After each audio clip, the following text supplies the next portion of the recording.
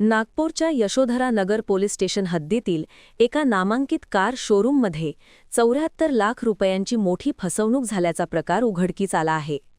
शोरूममध्येच काम करणाऱ्या 2 कर्मचाऱ्यांनी विश्वासाला तडा देत हा लाखो रुपयांचा अपहार केल्याचे समोर आले आहे.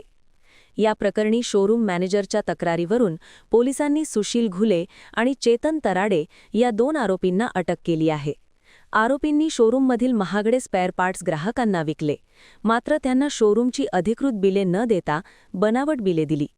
विक्रीतून आलेली 74 लाख रुपयांची रक्कम शोरूमच्या अधिकृत खात्यात जमा न करता आरोपींनी ती परस्पर लंपास केली. पोलिसांनी या दोन्ही आरोपींविरुद्ध गुन्हा दाखल केला असून न्यायालयाने त्यांना 30 मार्चपर्यंत पोलीस कोठडी सुनावली आहे.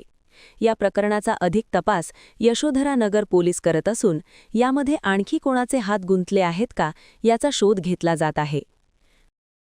यशोधरा नगर पोलीस ठाणे हद्दीत असलेल्या ऑटोमोटिव्ह मॅन्युफॅक्चर प्रायव्हेट लिमिटेड या मारुती सुझुकीच्या शोरूममध्ये स्पेअर पार्टमध्ये गबन होऊन फसवणूक झाल्याबाबतची तक्रार सदर ऑटोमोटिव्ह शोरूमचे मॅनेजर राजेश मिश्रा यांनी त्याबाबतची तक्रार दिली होती.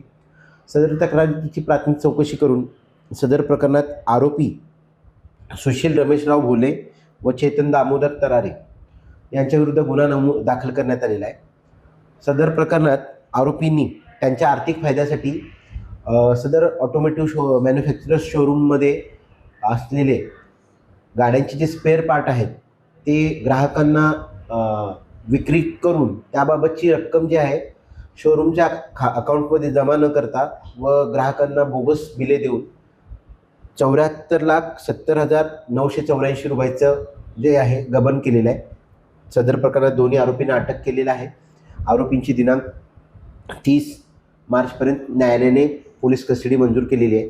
सदर गुन्ह्याचा तपास चालू आहे. Anil Balpande, NTV news Marathi, Nagpur.